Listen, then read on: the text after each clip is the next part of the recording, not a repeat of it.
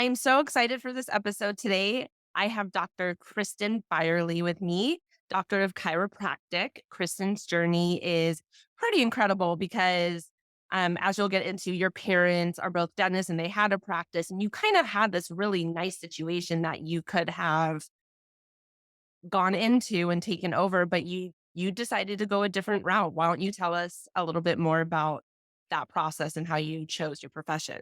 Awesome. Thank you. I'm super excited to be here. It's Great. really fun to be parts of these kinds of projects. I've been excited to come on and do this with you. And so, yeah, my chiropractic journey is very similar to what you might hear other chiropractors say, where they got injured, they got introduced to a chiropractor, and it changed their trajectory. And so, like you were saying, I was on track to be a dentist, like my parents. It was going to be very convenient to just walk in, be the new Dr. Byerly in the office, and just kind of take things over.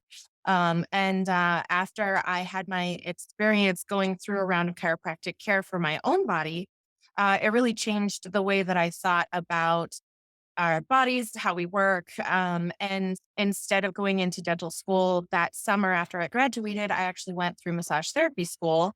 And once I started working on people, I was hooked. It felt like it was working for me. I felt like I had intuition for people's bodies, right? And to really look into what's happening for them. And so much of it is not always just physical. Sometimes there is a mental emotional component. And in massage therapy, that becomes really, really evident because people tell you lots of private stuff when you're working on their bodies in a massage setting. And I was like, wow, there's so much need for physical care. So once I was doing massage therapy, in the interim of deciding where I was going to go, I started working for a physical therapist and also for a Okay. chiropractor. So I really got to experience those settings of patient care. And what really drove me to chiropractic is that you're not beholden to a doctor's prescription and an insurance company telling you how to treat patients because they don't know. And For they sure. really don't really, I don't know. And your insurance company doesn't care about you. They care about not having to pay a lot of Yeah. money for your health care, right? Yeah.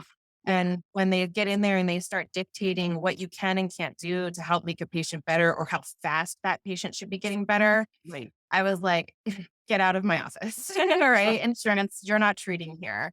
Yeah. And that's what really took me to chiropractic because I'm not tied up with those kinds of things. And other doctors of physical therapy are also not, right? Everybody runs their practice differently, but Yeah. that very much is the way of a lot of that treatment world. And it wasn't for It's me. so true. It's so true. In our practice, it's a constant battle with insurance companies with the coverage, even though the family's paying into it, they're not going to cover, they're going to only cover so many. Yeah, it's Yeah. awful. So I completely understand that. Okay, so you just said a lot and I already have so many questions. But first, how did your parents react when you were like, by the way, you have this Yeah. beautiful practice that the whole community knows about, and I'm not going to become a part of it? It was a little bit disappointing. I think my dad was sad because he felt like he saw skills in me that he was like, you're gonna be a good dentist, right? And my mom was like, are you sure? Are you really sure? Like you wanna pave your way because we've done the hard part here and we were kind of thinking you would ease in and we would ease out. So it was It's definitely not easy starting a business, let alone a practice. Like, that is no easy feat. So yeah. you really, really honored yourself Yeah. and But I chose had this this really great difficult. example Right. because my parents made it seem like when you're doing what you're supposed to be doing, it will be easy. And Oh, they made it look easy and it's it not. though. It They, works together. yeah, yeah. I love that they made it look easy. And you're right, it's not. So the fact that you growing up thought it was easy is inspiration to me because I feel like, because I work with my husband, that I don't think our kids are having that same experience. I think they overhear too many conversations and then Yeah. misinterpret them. So that inspires me to make it I like, will say that though, that was something in chiropractic school. I remember dating a guy in chiropractic school, and it got into that spot of like, well, what will we do when we graduate? And I was like, I watched my parents work together and I don't want to work with my spouse. yeah, Now being in practice, I'm like, man, it would have been a whole different world if there were the two of us and we had this yeah, common goal and you can cover when I can't be there, things like this. So I think back and go, oh, should have really double thought that. However, it's just yeah. it was I an will say example. though, my husband, Ben and I, we did have different professions and he's still in his own profession. He joined the company to help me out and we don't overlap in like being able to help each other out. Like we do very different things for the company. So, Hmm. and he still does his own um profession as well. So for us, yeah, it has been nice though to have that commonality. Yeah. So I think it can go both ways. Okay, Yeah. so you are you an only child? I'm not. I'm one of three. I'm a Oh, middle. are they dentists? Oh, you have like So a great like profession to just be like, I'll do yeah. it. I'll do it Yeah. temporarily. Exactly. There were times, believe me, there were times I thought, I mean, can I just go back and go to dental hygiene school and like all of this? So what was I doing? Right. All this work. And yeah, yeah. My brother and sister are both very artistic. And one of them is doing digital art and all sorts of like she can build anything out of anything, basically, in New York. And then my brother is very artistic and into plants and horticulture and landscaping. So no dentist in the family. Oh my gosh, that is so funny. And that's such like a quality practice to like come in and but I love it. I love that you guys did what's right for you because it's definitely easier to do what's easy instead of following your heart. But your parents are right. Like if you're not doing what you love, it's it's never gonna feel good. It's not Right. gonna be easy, but it's really hard and scary to be like, I will follow my intuition. And even though this makes no sense, and I have no clue how I'm gonna do it, I'm going to follow this path. So, Absolutely. props to you. Absolutely. I'll also say I have been to you for care because I have chronic neck and shoulder pain, and I went to you twice, and I haven't been back to the I haven't had chronic pain. I Okay. was doing the stretches and everything that you've told me to do, and no one's ever understood my body the way that you told me to help myself. And I had a day like recently where I was like, Ben, I need to go see Dr. Kristen now. But then I did my stretches and I was like, I'm actually okay. This is wild. Yeah. So yeah, the way that you just, I don't know, did what you did, it's amazing. And I've sent other people to you and I've heard great feedback from them. So definitely have a Awesome. gift. You definitely chose right. Well, thank you. Well, honestly, like the things you did where you said I was sore, but I went back to my stretches and exercises. Those are the things, right? And so my main goal is to teach people those things so that when you have that moment, you have some tools that will hopefully help correct. If not, they'll get you over the hump till we Mhm. can get together and do some deeper alignment. Yeah. Because I think as we both know, one of the biggest challenges as being business owners and moms is finding that time to Yeah. get appointment. I know we tried to schedule an appointment for me, and I was like, I'm gonna have to call you because I see nothing. I see Yeah. no faith on this. Yeah. Matter. Okay, so let's go backwards a little bit. So you are a married woman and a mama of two. So when did that happen? When did you meet your husband? How did you meet your husband? Tell us that story. Okay. So I graduated and had been anti marrying a chiropractor. So I came out of school single and I was planning actually on trying to move out of the state. My goal was to Oh, practice either in Oregon or Colorado. because And it's more naturalistic, like more that um, mentality. I had been living in Norcal for so long and I was feeling very over California. And all of the you pay for California weather. Well, in Northern California, you don't get that weather. Or were you in Uh, Northern California? in San Jose, but Okay. just like that whole Bay Area, so I love expensive. it. It's It's lovely, so but I expensive. was like, It's so expensive here though. yes, right. And so like that was where I thought, okay, if we're doing this paying for California weather thing, then I might as well be where the weather is nice, right? Yeah. I came back here to finish after you graduate or just as depending on when you graduate in your program, you might have a little post graduation situation where you're shadowing a doc or it happens pre graduation. So Okay. when I came home to do my time shadowing a doc, I was here, I was with family where it's familiar. It was spring and summer, and I thought, stay in California a little while, right? Yeah. So I was dating, met my husband through online dating. Awesome. Um, Which one? and it was one of the, on Match. I, I don't know.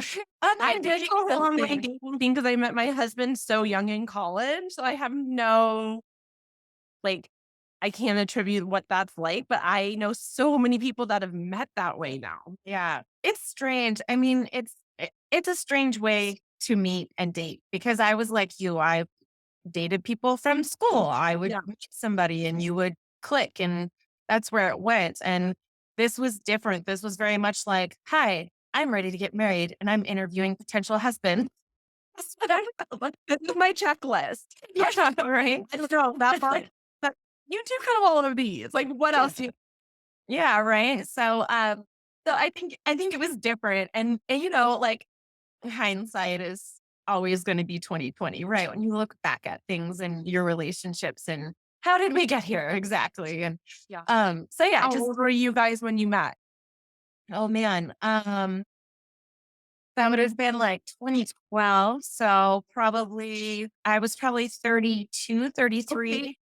So you Yeah. have a little bit more. I mean, not that we know who we are totally in our early 30s, but Yeah, more than if we're 23. exactly. See, I think for me, I felt like I hit an age where online dating started to make sense because now you're not just looking for attraction.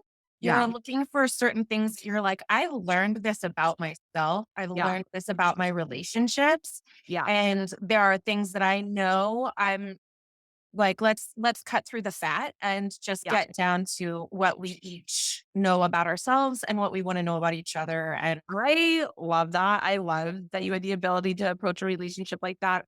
Everyone forgive me if I say this every damn episode because I just think it makes so much sense.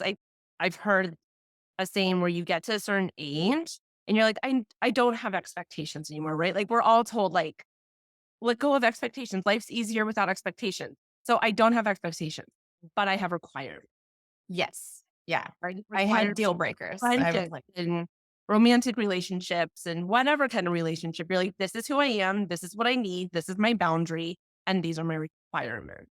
yeah, absolutely. Absolutely. So it was fun. It was a little bit of a whirlwind. It felt like we met, we were dating. I decided not to join a practice down in Orange County and Oh, to stay here. And staying here meant that I needed to build something because what I wanted didn't exist. And of the course. places that were open and available to me were great, but not where I really, really saw myself thriving. Yeah. And so after I graduated, I had also gotten introduced to a fitness method. And I thought, this is amazing. This is all the exercises I give my patients all the time.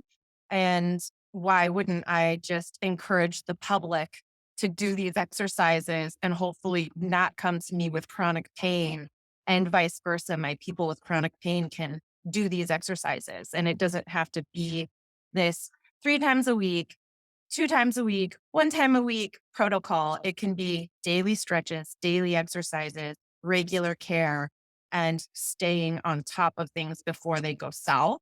Yeah. And that's when I was like, okay, this is how I'm going to make it happen. I'm going to make this fitness studio. And while I'm growing my practice and my schedule is really sparse, I can treat my patients in between teaching classes and during the rest of the daytime hours that are not peak fitness class times. And when I finally got busy enough, then I had to start to train trainers and get other people teaching those classes and a bigger group of people helping me do the rest of the stuff around the office so that I could be more available as my chiropractic schedule slashed out. So Um, I so tell everybody what that fitness is. so we do Legree Fitness, and it's a lot of fun. It's extremely challenging. Do The it. first time I found it, I thought I was doing a Pilates class, and I took my Okay. mom with me. And I was in class going, "Oh my gosh, this is amazing. What is this?" And she was in class going, "What have you brought me to? Why am I here?" How did you So, find it? Because now they um, have 3 studios. yeah, it was a studio here in Thousand Oaks, and Oh, I just was so impressed. I was talking to the owners. I wanted to know what, how I could become certified what does that entail? And they really took me under their wing. They sponsored me to become a trainer, and I was one of their first trainers because they were also kind of new into business. oh, So I was one of the first trainers that they started relinquishing some of their schedule to. And eventually they ended up closing and moving to Nevada and starting a new studio in Henderson. And as they left, they were like, "You really need to fill this void." And that was sort of the kickoff to I could start a Legree studio here and make that part of my practice. that's awesome. I know. I remember saying to you, like, I had interest in it, and you were like, "You're not you're not ready." Right. I was like, "Give this a minute. Let's let your neck," because you were telling me that exercise was lighting you up. And I was like, It does. let's not leave a bad taste in your mouth Yeah. for that because it's going to be challenging, right? Like Yeah. it's going to get you lit up, but we want to do it when you're not so just like ready to go to 100 with discomfort. But yeah, and that's not something I usually say. I usually tell people that you don't need a beginner class. We're going to be able to modify things for you Right. mid class, and it doesn't matter if you're sitting next to one of our trainers. You're going to be able to do what you can within your range of motion and all of this. Yeah. And so that was and that was a rare circumstance in which I was like, let's give this a minute. Just a minute. But yeah, Not so records. I know. So right. it's really great for anyone, listening to your local. You should check it out because it has this very safe, um, energy to it as well, as in you're in a safe environment to ask questions, make mistakes. I know a lot of times going into bigger studios is really intimidating, Yeah. um, because there's actually a Legree closer to me, but I, like, haven't even peeked in because 'cause I'm like, I don't, trust Yeah, me. yeah. It's different too. And the crowd, like the people Yeah, that come to your place also make a exactly. big difference. And our community is so supportive and friendly and encouraging. Like I've heard somebody that comes to class all the time encourage a neighbor and say, "You're doing an awesome job." Oh, that's totally new, right? Or they'll have a conversation after class and they'll talk about, "I remember my first class," and so like that to me is awesome. At some point I overheard a few clients and they were all going to go over to the Salt Cave in Westlake together. And I was Wow. like, "Oh, people are Yeah. making friends here. This is I awesome." I love that because the world needs more of that, and you Yeah. just don't get a lot of that when you go to these bigger studios. Everyone more, like, keeps to themselves, and you don't know what people are thinking, and but Yeah.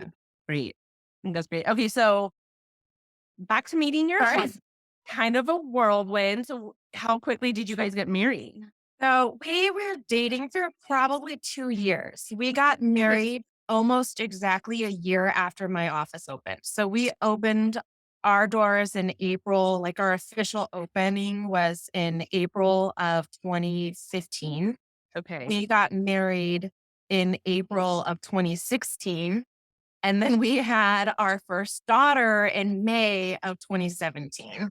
And our second daughter just behind that in March of 2019. So they're 22 months apart. And so we just really hit the ground running. But I'm an Yeah. older mom too. And so that was also just like a really interesting difference. Um, because I came into my first pregnancy at 34. I was due on my 36th birthday. Oh, really? And my course of care and the way they treated me in the obstetrics department was a 180 from the way they treated me just 1 year later when I was 37. And all of the geriatric pregnancy and all of the terminology that they tacked onto it Yeah. was just really interesting. And I thought, I'm the same person. I am just as healthy as I was my first pregnancy. I am just as active. I am just as everything as I was through my first pregnancy. Why are you treating me so differently? And I don't think that in a 16-month difference, my body was like, oh, I can't do this. I'm going to need all this extra intervention. Right. And it was Yeah. just wild. Do you think now that people are having babies later, because now having babies in your mid 30s is super common. I Normal. mean, I have I people starting at 40, starting their families totally, at well, 40. I had my first in my late 20s, but looking back, like for my kids, I'm like, dude, don't do it in your 20s. Like, wait, Right. go live your life and then have them when you're a little bit more sure of who you are.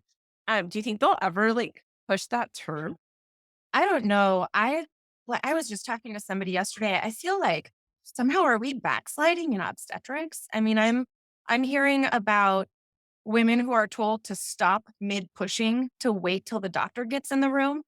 And you're just like, stop pushing? Are you kidding me? For the doctor, he doesn't really need to be here. Someone just needs to catch this kid for now, right? Well, isn't it true that women lay on their back for birth for the doctor? Worst position ever. Yes. Right, Yeah. but it's for the doctor. For ease of the doctor. Absolutely. Honestly, like if yeah. Um, yeah. And that was the other big difference when I was not a geriatric pregnant person. I got to work with the midwives, right? And we got to do um a unmedicated delivery. There was no telling me to stop for the doctor. At some point, the doctor came in and was like, "Good job, everybody, go team!" Right, and that was it. Right. The second time around was completely different. Lots of intervention, lots of ultrasounds, lots of extra scans and things like this that they tell you are not irritating the baby. And I'm telling you, she would wiggle and kick and move. And they would say, "Oh, she seems agitated." I was like, right. And you can't tell that she doesn't seem that way when you take this monitor off. Right. But I promise you, she starts doing this when you put that monitor on. And Oh, interesting. so that is the thing that I was So just like, you you're had not to have the listening. doctor involved for the second one? Yes. Well, the second one ended up in a C-section. So at that point, Yep. we're having the docs involved. But the thing that I thought was really interesting was just how it's not like they were looking at health factors for me and health factors for her and saying we're at higher risk and we need to do this extra stuff. It was literally that now I was in a different age bracket. The protocol was going to be different. Yeah. It This had is nothing to do with you. That's nothing who to do with you are. and nothing to do with what I wanted. And if I said, I don't think we need this scan. Oh, yes, you're having this scan. Really? Are we really? Because like I get Yes. it. Well, There are I feel anatomy scans, there are important scans, but like some of it felt really unnecessary. And when I said, is this necessary? It was sort of like, why would you even ask that question? Like, because I don't think I need all this intervention. But but I am still, even in last week, I heard about a baby being delivered by forceps. What are we doing? That was something that I thought we really understood. Like, no, we don't use this anymore. And to hear about that and was to it in see the a subsequent hospital? trauma. Was it in a Oh, hospital? mhm. Yeah, in a hospital setting. And so, so things like that just really make me wonder where we're headed with obstetrics and the way that we're dealing with labor and delivery. I'm hearing a lot about C-sections. It's so much Oh, more common. I will tell you my birthing stories separately because no one needs to hear the details of how awful my first experience was. And because of it, my second was a scheduled C-section. Right. Uh, I'll share that with you one day.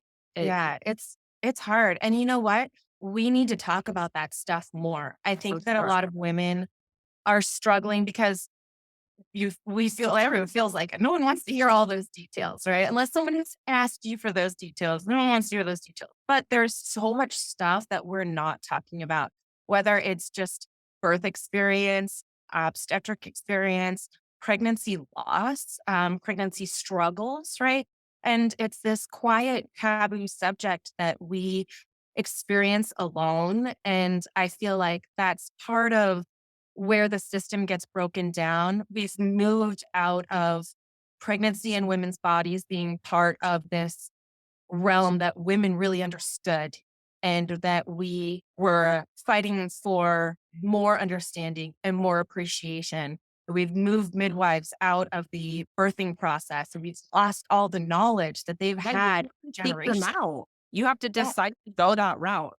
Um, I agree with you a lot, and I know, a lot of what has pulled on your heartstrings and motivated you and become your passion is this area of care. I think, how you said how no one's really talking about, like, the struggle with getting pregnant or pregnancy loss. I always thought, when I was pregnant, people were like, "Don't tell anyone until you're 3 months." And I'm like, why? If Yeah. I lose a baby, which I did in between my 2, I lost, a baby.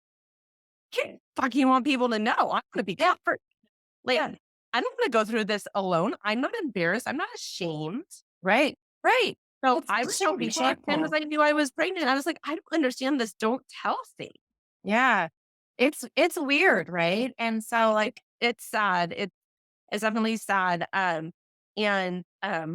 won't share the story on the podcast because I don't know. But when birthing comes up in like face to face, I have told that story to so many people.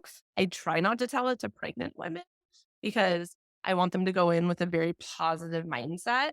yeah. But it's wild because I really struggled to give birth. Like, I think, if medicine was where it was today, I would for sure die with childbirth because my body doesn't go. I don't get contraction. My water breaks and then nothing happens. And but the babies get stuck. And then they found out my pelvic bones are too narrow to squeeze a baby through.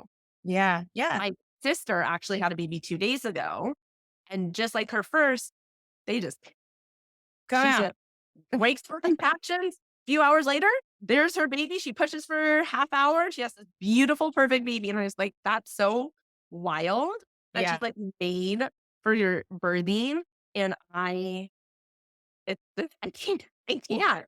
Yeah. It's interesting. And I absolutely think about that. And I think about a few friends of mine that I was like, we would have died in childbirth. Like if Yeah. we were not having modern medicine. And so it's one of those things that I have so much respect for. And Yeah. when we need it, we need it. But then there are definitely times that I think sometimes we're overzealous and doctors get a little bit over doomsdayish because they see the worst. They see the worst of it and they see the worst case scenario and they Uh, want to do yeah. their best to make sure that doesn't happen for you. Yeah. So I think everybody errs on the side of caution. And especially during pregnancy, we're always extra cautious. Yeah. And I think that's appropriate. But there are definitely times that I look at what we're doing and how we're treating mothers and women feeling not listened to during labor and delivery and leading up to things like when a mom looks at you and says, I feel like something's wrong.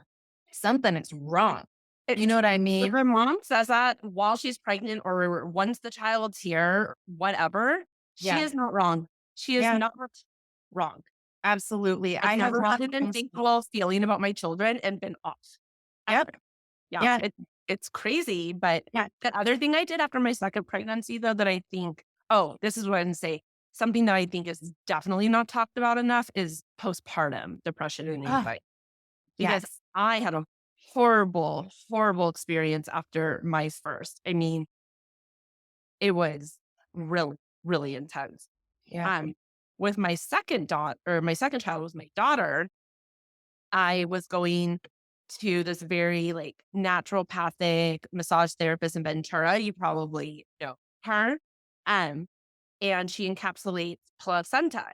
Yep. So I had my placenta encapsulated, and it was the best thing I've ever done. I was like, listen, a mammal has a baby and instinctually eat this placenta. Like, you can't convince me that a human just shouldn't. So Yeah. she made, I had pills. They were fine. It was just like swallowing a pill. I was like rationing them at the end because I didn't want them to get there. And I didn't have postpartum depression that time. Luckily, breastfeeding was such a better experience for me that time. The milk, like everything was better. And my Yep. doctor, when I went in, you know, my post check and I said it, he goes, "You know that's a placebo." And I looked at him and I said, "I don't give a fuck what it is. Yeah. I feel so much better this time around. Give it to me." Yep. Like, if I ever had more, I would do it without a shadow of a doubt. Be my first thing, Right. like, "Who's showing up at the hospital with the cooler?" Like, Yeah. I was laughing because I was in the delivery room. The first time around, the midwives were like, yeah, bring a cooler, no big deal. And they didn't think it was strange at all, right? The second time around, when I was dealing with the surgeon, I said, am I going to be able to keep the placenta? And he started to look on the floor and he goes, oh, I was looking for your Birkenstocks, you hippie. And I was like, oh, okay, sure. And I thought it was the funniest comment. And he goes, you're the second mom this week that asked me to save a placenta. Is this a thing? Like he hadn't heard of it. yes, it's And I thought, trending. wow, way to be weird bedside manner and kind of judgmental Horrible. about something that is totally not a off I the cuff thing, right? Like people it's do so this. good. People Look have done at, like, this. look at, nature. Like, all Absolutely. you have to do to convince me that we should be doing it. Like, an animal instinctively eats it. Yeah. Absolutely. And then, yeah, we did the same. We had it encapsulated. It's not gross. It's little No, it's like tablets. swallowing a vitamin. It doesn't taste like any, it's nothing. I literally, like, they were my favorite little pills. Like, Yeah. I keep them in my fridge and they would make me feel so comforted and they really help. I think it really helps. I think it's a huge source of nutrients, right? Just off the bat. Like imagine what it is. It also has a huge blood supply. So there's lots of iron in there. And moms are always being told they're anemic, especially after delivery. And then there are also natural painkillers in there. And so that was one of the other things that I was like, wow, no joke. You're right. I'll like, just it's the same reason, like, why would you eat a liver, right? For those same reasons. So it's got really rich blood supply, lots And of it tastes minerals so in there, good. right? And so, so right, and that's it. We eat other organ meat. Why is everybody so weirded out about it? Like, Yeah. I get that it's a transient organ, whatever. But we eat other organ meats, so yeah, We're here I to tell anybody, you guys, if you're gonna have a baby, just do it. It's not expensive. absolutely, And whether you think it's like, just do it. It's not gonna hurt you, and I promise it's gonna help you. yeah, right. At the end of the day, and that's what I told my husband. He was like, "What are we doing here?" Yeah. And I was like, not your body, not your baby. Well, and you're welcome because I'm helping myself, which in turn is helping you. So you're welcome. Yes. See, when you were talking about postpartum, that at first was why I knew that I was concerned about having depression. And the first time around, I didn't have it. And the second time around, I had postpartum with a vengeance. And honestly, looking back, I it almost cost us our relationship Oh, sure. because I couldn't control myself. And I Yeah. felt angry and frustrated Mhm. with how upset I was. Mhm. And I had no tolerance for when the baby was crying. And I was like, these are the moms that lose it. And no one is looking at me and saying, like, how can you be supported right now? It was kick up your pants, woman. You got a baby you need to nurse and take care of. Let's go. And Yeah. I was like, can I have a second? I am not myself and I don't know what's happening Yeah. and it's a scary feeling to like, I feel like I'm completely out of control of my body And and my brain. I felt in like my mind. Yeah. yeah. And you have thoughts and you're just like, are these still thoughts? Is this okay? No, I Do other definitely moms? had thoughts, and they were not normal thoughts. I never acted on anything, but they were not normal thoughts. Right. My dad's pretty fucked up, but he joked he was on suicide watch. I never thought of killing myself, but I definitely was not in my right mind. Yeah. And I remember so much depression, but at 4 p.m., like clockwork, the most intense anxiety Yeah. would wave over me. And I think it was like that impending, I'm not going to sleep again. Yeah. And it was so miserable. We lived in Northern California at the time, and I thought we would live there forever. Our best friends were up there. We both loved our jobs. I mean, we were set. And by the time the baby was 3 months old, we were in Southern California. I was like, I need support system. I need my mom. And Ben resented me for years because he loved his job. And I wasn't like, can we have a conversation about this? Like, what do you think? I was like, Ben, I can't do this. Like, I'm literally drowning. Like, I have to move back to Southern California. And Right. within weeks, we were back in Southern California because it was awful. And I was really struggling with breastfeeding too. And the baby, they told me had colic, which now I know, like, like, we shouldn't be giving him Zantac. Like, there's so many other ways to do this, but I didn't know any of that now. So he's on Zantac. I can't get him to stop crying. We're both miserable. And their solution for the breastfeeding was, Jesse, you need to stop so you can take an SSRI. So I did. I stopped breastfeeding at 2 months and got on a drug for me. And I'm not saying like I've been on SSRIs my whole life, so I'm not knocking SSRIs, but um, it was such the go to like stop breastfeeding, drug yourself, um, th- and knowing what I know now through myofunctional therapy and working with chiropractors and working with cranial sacral therapists and working there's so many options out there to help you when you're Yeah. And like until you're in it and until you're in the thick of it, yeah. and you also have to have the energy to look for those people. Like at some point when you're in the middle of that, it's really hard to start even figuring out So what someone might help. needs to tell you, like, Yeah. do this, try this. Yeah. Yeah. I feel like I'm Remember telling all tools my will mom do anything. Like, you're just like, somebody help me. help. Yes. Anything. Just pick a job. Pick a job and take it off of my to-do list. Yeah. Yeah, I hear that for sure. And I We tell do have people too. support groups for like, I feel like you could have like the postpartum mom, the mom struggling to get pregnant, the pregnant mom, the mom who lost a pregnancy. Like, I feel like you should just start all these like support groups. You have them? That's the hope, right? And so what's nice is that the organization that I got my chiropractic specialty in pregnancy and pediatric care is called the International Chiropractic Pediatric Association, ICPA. They have a whole website. They have all sorts of resources. They have all sorts of literature, research for parents who are like, chiropractic for babies sounds no. Yeah. And so they have a lot of the research to educate parents about what we're adjusting and why and the research behind it, the safety studies that have been done. But they have groups called pathways groups.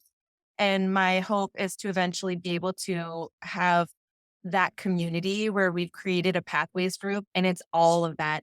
And they help you create a plan for the year of how you're not only going to create support groups for moms, for people struggling to get pregnant, for dads, or families of all sorts. And so that's another group that I really feel like gets a little overlooked where at some point dad is like, what is my role here exactly? And if my wife is feeling like she's unraveling and not herself, how am I supposed to help? Right. And there's really not a lot of help and support for No. our men to step in and do that stuff at home. There's a lot of push for them to be out, to be earning, right? And all of this. And at some Have to point, work so soon. yeah, at some point there needs to be a family unit and someone at home helping. Like, so I remember telling my husband after our first pregnancy, he had 6 weeks that he was off. And I was like, yay, this is great. And we enjoyed it.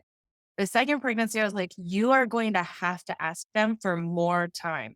Yeah. Because if 6 weeks was what it took for me to recover from a completely just textbook easy peasy delivery, then I'm going to need a lot more time to recover from a C-section. And it was a lot. It was so much for me, so much recovery. I was irritated to have had surgery. I was um felt like I failed, like somehow my body was incapable of doing this. I went through that whole thought process of like, I would have died had we done this in the 40s or the 30s, right? Like I would have been a mom casualty. And so there was just a lot of extra recovery that went on with that.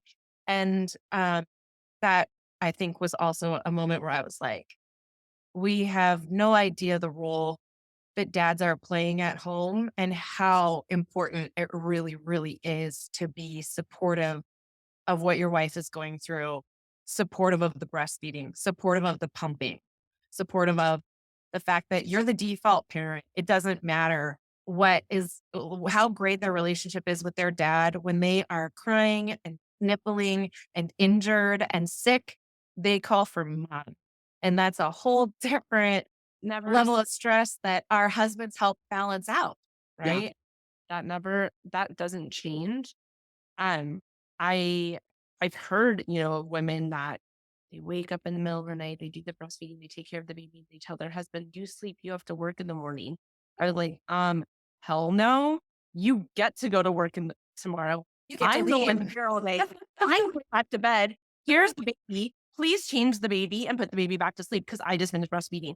So that's probably why Ben was like to and through Yeah. because Yeah. equally as hard on us sleep wise. But yeah, no, I never was like, I'm not working in the morning. I was like, going to work is the easier option tomorrow. Absolutely. There have definitely been times when I've been like, I get to go to the office. Oh, I get to go to work. I Yeah. get to talk to grown-ups. Oh It's gonna be gosh, great. yeah. I have so much respect for stay-at-home moms. Would I like more time at home with my kids? Absolutely. Could I do it full time? Hell no. I couldn't. Right. Because I couldn't. I need that adult interaction and my brain to be thinking about something other than like playing with Paw Patrols on the floor, which is so special. And I love that women can do that. But like my brain starts cycling to like places where it shouldn't go. And I need to keep it like active at work. Yeah. And I just knew that about myself, where my sister's a stay-at-home mom, and she's the most beautiful stay-at-home mom, and nothing could make her happier. And I think that's wonderful. We're just different brains, right? Different wearing. And that's Yeah. okay, right? Yeah, And for sure. there are going to be people that decide that that's it for them. And I've even started to see more stay-at-home dads, right? But yeah, Um, and that's so there is a bit of that reversal. And so there are so many more women out there working who are also just trying to find that balance. And there's not a lot of social support for it because you're going to meet people yeah. who go, oh, you're a stay-at-home mom, must be nice. But you're also going to meet people who are like, oh, you're working? I mean, who's with your kids? And Raising children. yeah, who's raising your children? Well, Right. And this you're just year kind of it's like, this person, and next year we're gonna have to find someone else. yeah, right. We had to interview babysitters. It took a moment there, right? Because they sucked, and my kid was with them for 3 months. I mean, Yeah. what are you gonna do? Yeah. It's crazy. It's hard. It's really, really hard.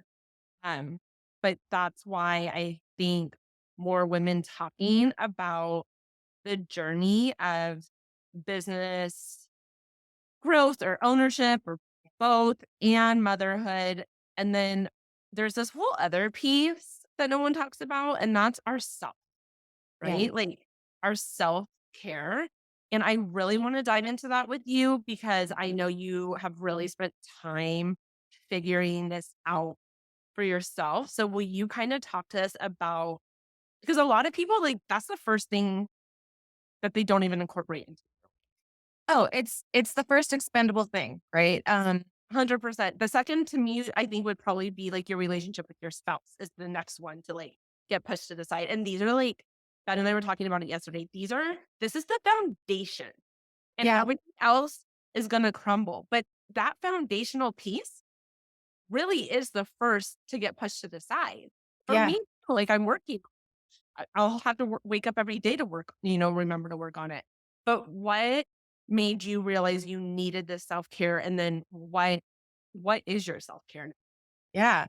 There's a lot, right? And so the best example that I give, especially to my moms about self-care, is that during my first pregnancy, I was all about it. I was like, hey, if I'm exhausted, I'm going to take a nap. And if I am hungry and craving that thing, I'm going to go and get that thing and I'm going to eat what I want when I want.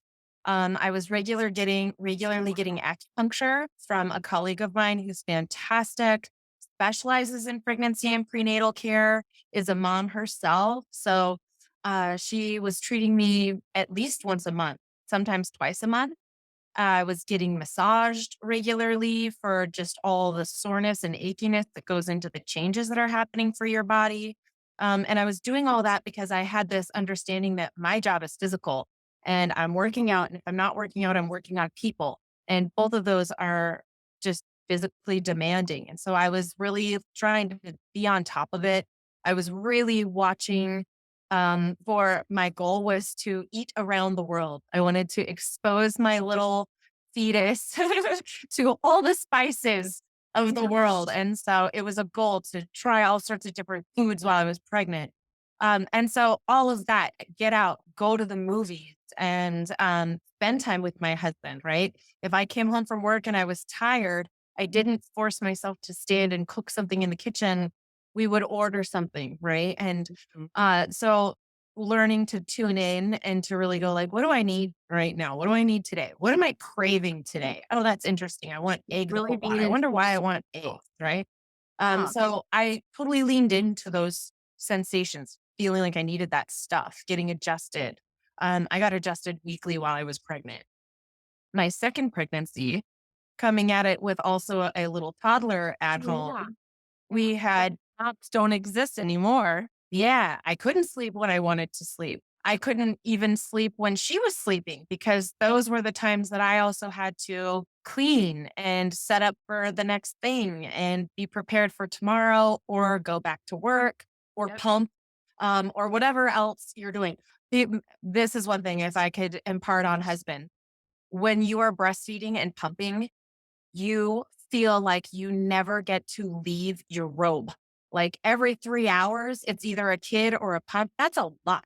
And it's so much. I remember commuting to a seminar, pumping while I was driving and had just being like, hopefully no big truckers drive by and can see this whole setup I have going on here. Yeah. Right. And you're just like, is this seriously how I have to make all this work? No, I this is remember when crazy. I figured out, like, when you clock when you're gonna feed your baby next, it's not from the end of the feed, it's from when you started. That's like, are you kidding me? Are you kidding Like, me? This kid just fell asleep. I'm gonna be sitting here for 20 minutes. Yeah, exactly. And so like all of that, timing that. And then there were definitely times where I was like, honey, I'm gonna need to go home and pump. We didn't make it in time, ruined a shirt. There we yeah, are. for Just sure, and what happens. full in your yeah, yeah, yeah.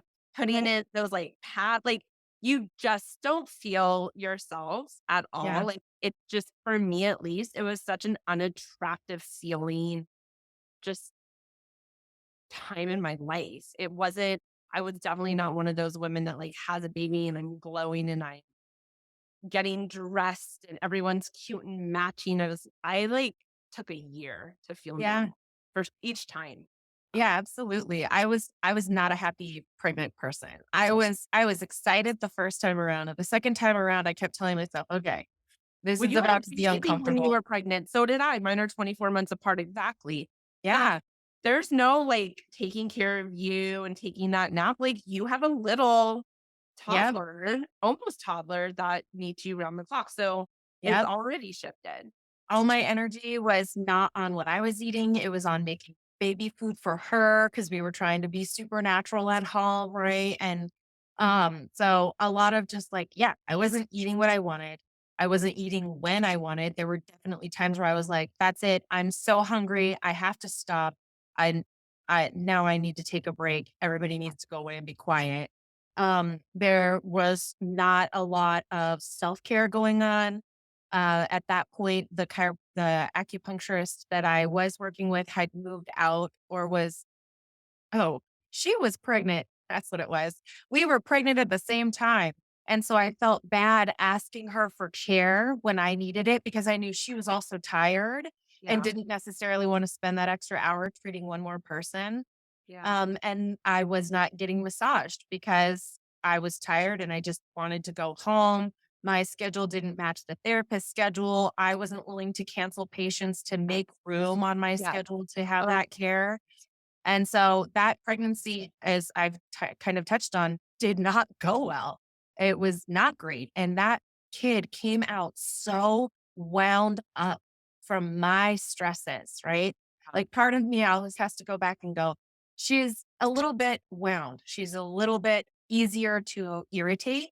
Now, is that her personality? Or is that because she spent 9 months being stressed to the max in my body, feeling stressed to the max, right?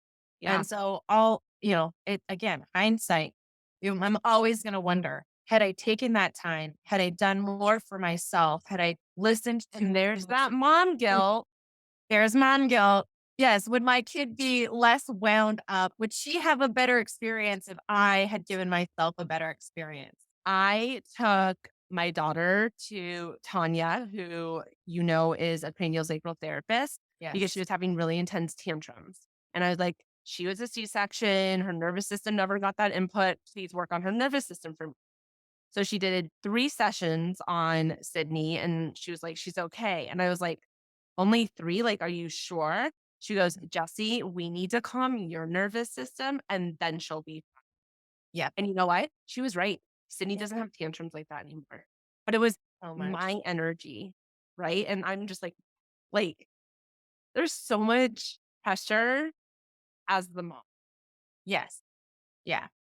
And it does, and I think we're really hard on ourselves, right? We're We're so hard on ourselves. And then I think being a business owner, you're also really hard on yourself because yeah, you want to make sure you have the clientele. You want to make sure your staff is happy. But then in order to make them happy, sometimes you're neglecting the business. And in order to make sure the business is thriving, sometimes you have to say no. And then you have your children at home and you need attention for your spouse. And oh, yeah, that self care. And it's just sometimes I joke that I want to get in my car and drive for 3 days and I'll see yeah, like, yeah. yeah, I laugh because my husband it doesn't really care to go. I like to go up to the mountains. That's where I like to go blow off steam. And my husband doesn't necessarily care for the road trip. And he's like, it's just so boring. And I'm like, dude, it is 5 hours that my brain is just kind of like watching the road. I'm just making sure we don't hit anything. And yeah. it's nice. And even when the kids are in the back, even if they're listening to something or arguing or whatever they are doing in the back seat, there's that moment where I just get to be like, hmm. And it's so hard to get to that moment. I don't remember who I was talking to the other day, but we were talking about how our favorite time, honestly, I think my most peaceful time in the past 7 years is when I had surgery. Over again. I was on pain medicine. I was in bed. I literally could not deal with work. I couldn't help my children. Ben was taking care of me. I discovered Hallmark movies and binged them. They're way better if you're medicated. And I joked around to Ben, but like I was kind of serious. I was like, I want surgery once a year. It was the only time my brain stopped and I was just, huh, Yeah. yeah, And it was that's a glorious. sad thought, right? When you think about it, you're like, it should not have to come to this. But if How it did we needs get to, here? How did we get here? Yeah. And honestly though, like so in addition to self-care, right? Just um being able to have the time to talk to your spouse or a friend about that. It took me, my kids were 3 before I finally had one of my friends say, can we please just go have a girls' night? And honestly, I want to go have drinks with you like we used to do. And I was yeah. like, oh, but I don't, oh, time and Yeah, money. well, and it sounds so hard, and then you're like, "But they're gonna get up early, and I don't really wanna get dressed," and All right. Yeah, yeah. I'm gonna get all dressed up and all of this and exactly. And that has become a thing that she and I get together at least once every other month. If we I could do love it it. monthly, we would.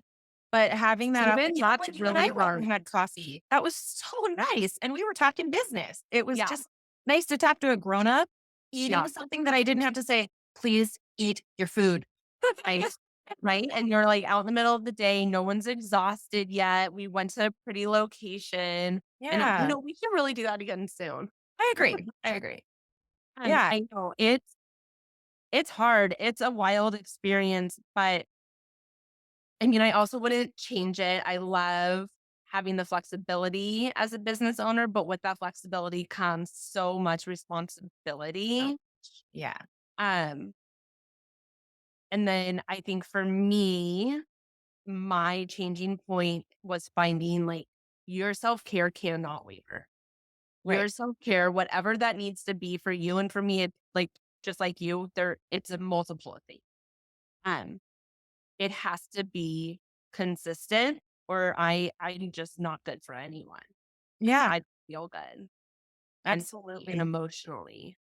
I love that. So what do you think if you were going to give advice to anybody in your shoes, becoming a mother, growing a business, from what you've experienced, what are three things that you would um, share with others as what's been really helpful for you?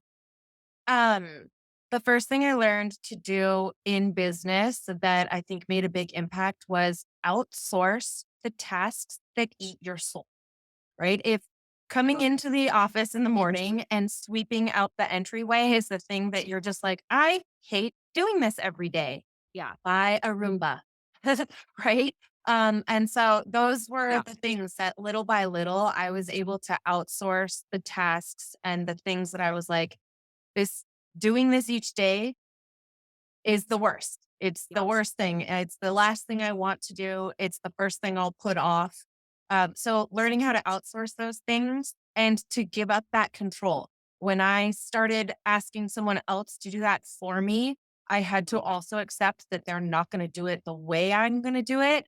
As Mhm. long as they do it to a standard that we have agreed on, I'm golden. It doesn't have to be step by step the way I would get it done.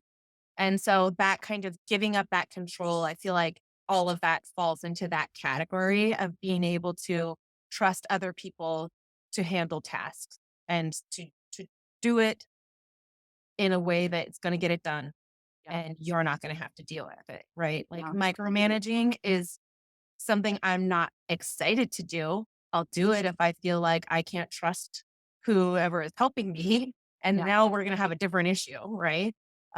But I wanted to be surrounded by people who I felt like were capable and who understood the goal and they're working towards the goal, even if it's not how I would work towards it. So that was number one, just like outsourcing and giving up some of that control. Um, and I guess part of that also goes like asking for help. It's Yeah. okay to ask for help. And that was something for me I really struggled with at home because I kind of thought, I'm making a business. This business is going to help our family pay the bills. And then I looked at my husband and I was like, why don't you care about my business? And he was like, because it's yours. And you, we didn't agree that I was going to be part of this. You built it. Oh, we could talk for an hour about Right. And yeah. so I had to really learn not to punish him for Yeah. not being on board with my mission, but also learn how to be nice to ask for help in a nice way. And instead of saying, you never helped me do this, I'm telling you how stressed out about it I am. And you're not saying, well, I can help you with that. Not his job. And it was just something that he never said, I will help you with that. Yeah. And so that expectation, but then also learning to say, I need help with this aspect. Can you help me with that? Do you Mhm. know someone who can help me with that if it's not you? Right. And so that was a big thing that I think improved my relationship, but also made me feel more competent in Sure. some of the stuff I had to handle at work that I was just like you were And saying, it's just technology so is not good my for when thing. you feel like you are supported, Right. right? It's so And to feel comforting to supported. know there is a support there for you. You're not alone. Exactly. Yeah. Exactly. And honestly, there were other people in my sphere who were complimenting me, who were saying like, go get him, champ. You're working so hard. You're doing such a great job and all of this. And listen to those people because it was easy to say, why does my friend say that to me and not my husband? And to be upset that he's not the one being the champion in the moment. But Yeah. at the end of the day, he's back there at home handling the kids while I am here at work right now. Yeah. Yeah. Yeah. And Yeah. so really appreciating that aspect. I think what you just said, that was really important because, like, I'll get a lot of praise from certain people, but it will not the same weight from, like, I wanna hear it from my husband, or I wanna hear it from my dad, or I wanna hear it, like, I need to, like, really it's so easy to sit in someone's criticism of you, Yeah. and it's so easy for me, at least, to let the praise come and go, and I'm like, "Oh, yeah, they did say that, huh?" Right? Yeah. Like, yeah. Yeah. And so and that was something I think that's something I work on with my girls. Like, when someone compliments you, you say thank you. You don't deflect that. You don't brush it off like it didn't. You say thank you, right? Like, Yeah. take that compliment and look at it and be like, I didn't really believe that compliment. Why didn't I believe that about myself? Rather than be Yeah. like, oh, I like your shoes too. Like that kind of thing when we Yes. deflect a compliment. Um, Yes. but yeah, and so yeah, outsourcing, finding people that really are your champions and trusting them to take over some tasks. And then um I don't know, like I think that there were a lot of times that people thought they were being helpful and trying to give me advice. Like I literally had somebody say to me, "This is not the time to start a business. This is time for you to have babies and you're not going to be able to do both." And I was like, I hear that. I hear that. And I hear that it's going to be a challenge, but to tell me that that's not my reality, right? That is your opinion on how people's lives and timelines should play out.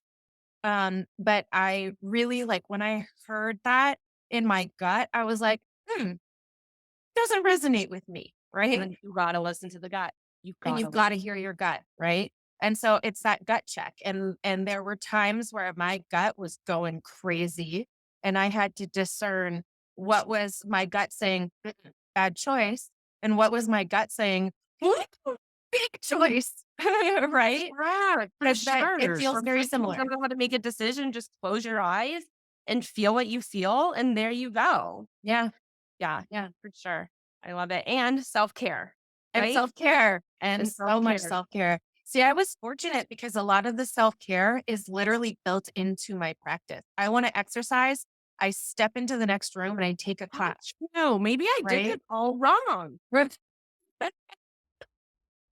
but to be in a place where it's so accessible, to me felt even more like I am not myself if I'm not utilizing this stuff, because Yeah, then I'm clearly not practicing what I preach, right? yeah. But there were times that I did see a gap on my schedule and I did see a message from a patient saying, "Can I come in at that time?" And I would say, "I'm so sorry, I'm unavailable." Because I knew Good for I you. was That going to is go jump so on hard that to machine, do. right? That Like, is hard to do, to not it's wanna, like, hard. bring everybody in when oh god, I remember being so available to every Everybody. client. Weekends, sure. Saturday night, sure. Yeah. On Saturday at Oh, 6:30, I'll be there. Like, I went through years of absolutely. yeah. And that was something too. I remember it was at first where you're just like, I can't turn any of this business down. And Well, it's up to it me if it's really gonna is happen. that at the beginning, though, Yeah, right? at the It's really beginning. here, and then you're, like, conditioning yourself Yeah. to And feel your and patients, you're conditioning your clients that they can call you on a Sunday and you're gonna be like, oh sure, let me get out of my robe and come on in for your I'm just sitting here with my girls in my lap, but I'll throw them to the side. Yeah, yeah, for sure. yeah. For Yeah, sure. yeah, but I think, you know, we can say, like, it's really nice to have the flexibility as a business owner, but we also did all of that to get to the point where we could be flexible. I thought I would have flexibility in, like, a year or 2. I think it took, like, 7 to 8 years to be Yes. like, "Oh, I'll pick my kids up from school one day of the week."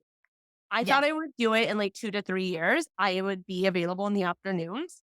N Yeah. I just started doing that this year, and I've had the business for, like, 7 or so years. And Yeah. it's We're only about 1 the afternoon. same. It's just 1 hour. Yeah. Yeah. So, We're about the same. It took yeah. us 3 years to start feeling like, okay, we've got a stride. It doesn't feel like at any moment we're gonna have to close.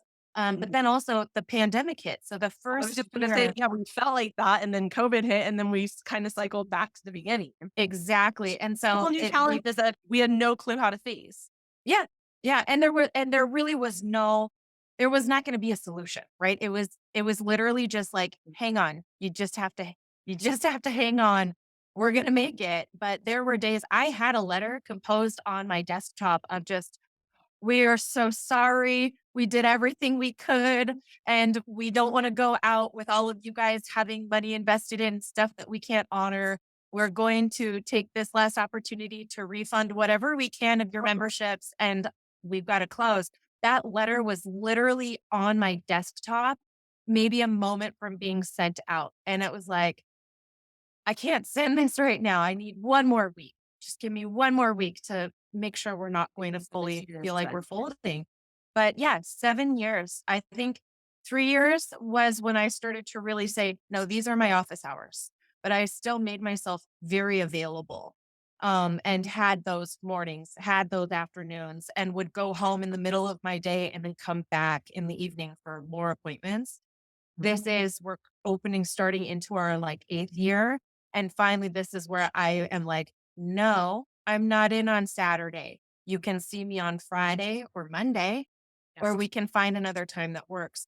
Yeah. And yes, I'm not in until 9 because I have to drop my kids off at school, and I will be out at this time because I have to pick up from school, Yeah. and Yeah. it's hard. Yeah. I my clinic opens at 7:30 and my staff doesn't see me for about 3 hours because I am a mom.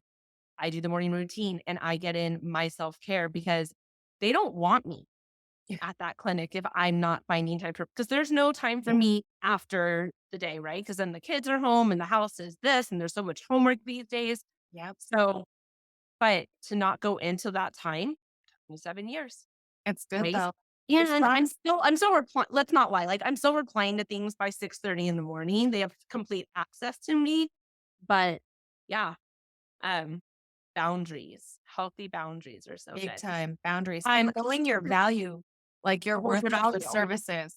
Yes. I have to wrap it up because we have talked so much and I feel like we could keep talking. I could talk to you forever. This has been so informative, so enlightening, and so wonderful. So thank you, thank you, thank you for coming on. I've really, really enjoyed our conversation. Thank you. We'll carry on. We'll get coffee. We'll Yeah, take some self-care, some yeah, bad time. yeah. We'll figure out a time soon. Thank you so much for having me. Of course. I hope it was great for your guests. Yes, it was wonderful. Thank you so much. Thank you. Bye.